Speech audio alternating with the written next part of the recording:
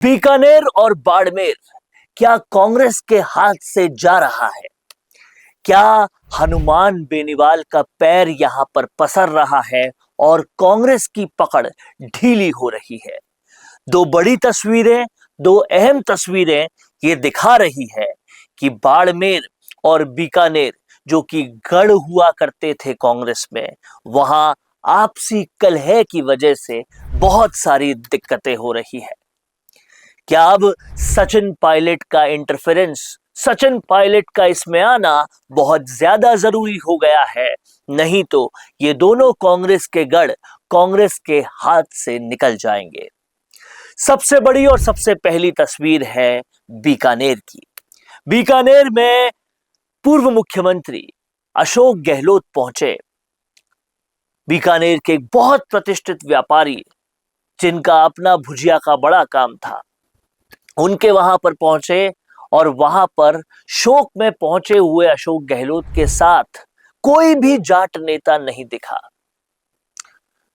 राम अवतार कुकना जैसे बड़े नेता जिसे डोटासरा बढ़ाना चाहते हैं, वो अशोक गहलोत के साथ नहीं दिखे। क्या मेघवाल वर्सेस जाट बीकानेर में बहुत तेजी से हो गया है? क्या रामेश्वर डूडी की जगह लेने के लिए कांग्रेस के अंदर कोई बचा नहीं है?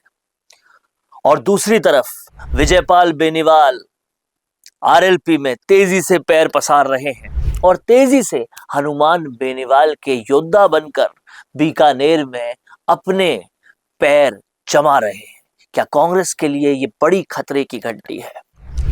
दूसरी तस्वीर अगर बाड़मेर की देखी जाए तो बाड़मेर में मेवाराम जैन और उनके कार्यकर्ताओं के साथ जिस तरह से गोविंद सिंह डोटासरा के आने पर हुआ और कार्यकर्ताओं ने जिस तरीके से आपसी फूट की बात डोटासरा के सामने बताई, और डोटासरा कहते हैं मेरे पास इंजेक्शन थोड़ी ना है जो मैं ठीक कर दूंगा, आप नहीं ठीक कर पाएंगे और इंजेक्शन नहीं होगा तो बाड़मेर हाथ से रेत की तरह फिसल जाएगा। और दूसरी तरफ हनुमान बेनीवाल तेजी से बाड़मेर में अपने पैर पसार रहे हैं। थान सिंह डोली अपने युवा चेहरे के जरिए बाड़मेर में तेजी से आ रहे हैं। दूसरी तरफ के बिश्नोई बाड़मेर में अपने साम्राज्य को बढ़ाने की कोशिश कर रहे हैं और तीसरी तरफ रविंद्र सिंह भाटी। ऐसे में बाड़मेर और बीकानेर को कांग्रेस कैसे बचाएगी, ये बहुत बड़ा सवाल बन चुका है।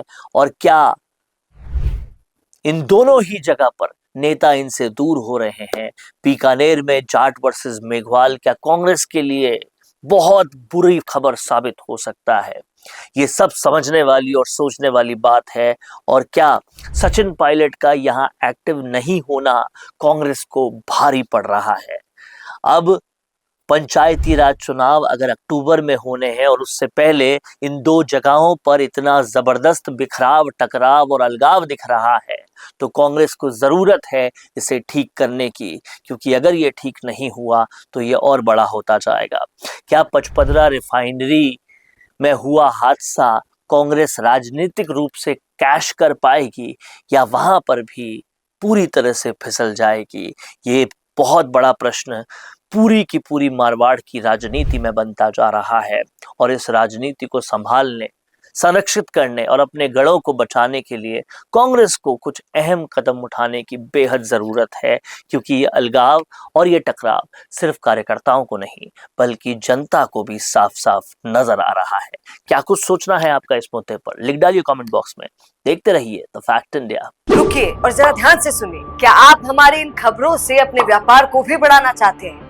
तो आप भी खबरों के दौरान इस तरह के एलिमेंट्स पर अपना विज्ञापन दे सकते हैं, या फिर ऐसे खबर के 1 मिनट बाद अपना पूरा विज्ञापन डलवाएं, जो कि 8 लाख से ज्यादा सब्सक्राइबर्स और फॉलोअर्स वाले द फैक्ट इंडिया चैनल्स और पेजेस से राजस्थान के कोने कोने में पहुंचेगा और इससे आपका व्यापार, ब्रांड सब कुछ बढ़ेगा।